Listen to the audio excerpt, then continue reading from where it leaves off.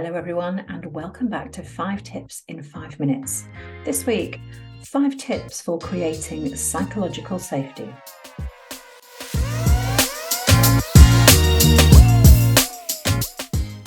The foundation of an inclusive culture, whether that's in a business or in community groups or in society in general, is psychological safety. It's a term that was coined by Dr. Amy Edmondson. And psychological safety is an environment where people feel free to take risks. They don't mind asking the stupid question. They feel comfortable saying they don't understand something. They'll admit mistakes. They'll disagree with each other. And all because they know there is going to be no negative consequences, no retribution, no harm to their career. They know that they can be themselves. They can contribute fully without worrying about what people think of them or about what might happen as a result. So how can leaders create that feeling of psychological safety in their team or in their business? It's not difficult and it's not time-consuming. It is something that you need to do consistently, though, and that is to build trust. And trust is something that takes a long time to build and can go like that. It's the way you ask questions. It's what you do when people come to you with worries or admissions of mistakes or errors. It's how you react. So here's 5 ways that you can create psychological safety in your team.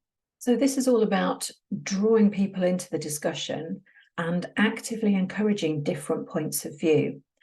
And telling somebody they look thoughtful is a good way to get them to tell you what they're thinking about. Saying you're looking thoughtful is kind of low key. Saying you're looking angry, you're looking confused, you're looking upset can make people feel defensive. They may not be feeling that way at all, but you're looking thoughtful is a pretty safe way to encourage somebody to tell you what they're thinking. Make it safe to make mistakes. You can say things like, acknowledging that mistakes are going to be made and acknowledging that some of those mistakes will be made by you makes it feel safer for people to put their hands up when a mistake's been made. And it also encourages them to point it out to you if you've made a mistake. When someone is struggling or they're just not delivering, here's a few things you can say. And keep the questions open and do not use the word why. Why aren't you doing this? Why haven't you done that? That makes people feel defensive. So using what and how is a better, more open way of getting people to open up to you.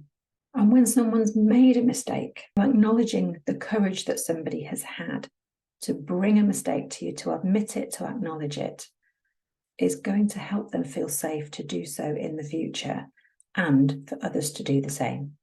And finally, consciously build in questions that will deepen your connection and your relationship with your team members.